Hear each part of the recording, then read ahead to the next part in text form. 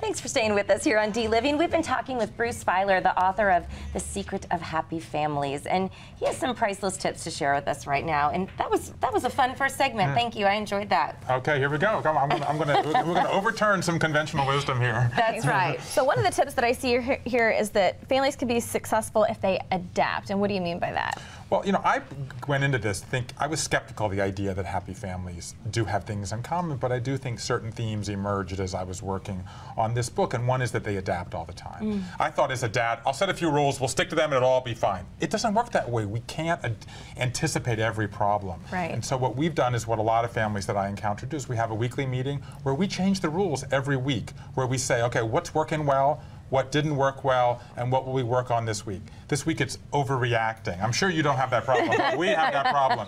And we involve them in the process. And the point is you need to change, because as kids get older, new phases enter. So you want, in some ways, a system that can change to what's going on. And if you're about to have another baby, you're going to need a new system in place that's going to adapt as everyone's time schedule changes. So don't be afraid to adapt, but if you do it with a weekly meeting where you say, as you said at the outset, we're going to talk about our family, it'll help you be on the offense, not just on defense. I like that, because so many children respond to things differently. Some children respond really well to praise. Some children respond really well to punishment. That was me.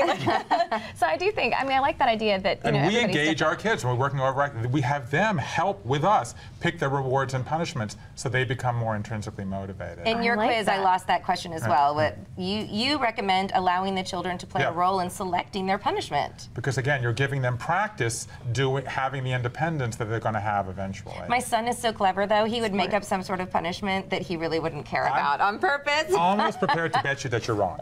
Really? Our girls are little Stalins. We're constantly having to dial them back. Like, you don't have to punish yourself that badly, right? They're usually much worse. You also say that knowing your family history is really, really important. One of the most important things. This is my favorite tip from The Secrets of Happy Families.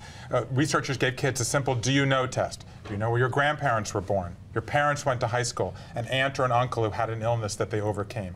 Kids who scored highest, higher self-esteem. It was the #1 predictor of emotional well-being. And it's great because grandparents can do it, parents, aunts or uncles who may not have children. And the point is, you show kids the positive moments from your past and the negative ones and how their relatives overcame it. I mean, the researcher said to me that there's 3 types of narratives. Ascending, we had nothing, we worked hard, we got it all. Descending, we had a lot. There was a storm or a recession and we lost it. Or an up and down. The kids who knew that their family had ups and downs, it better prepared them for the inevitable hurdles that they'll face in their lives. We have an ancestry research expert that comes on the show every now and then. I can't wait to tell her that she's going to look, because she says that all the time. She thinks this is very true for adults and children alike. Doesn't cost a dime.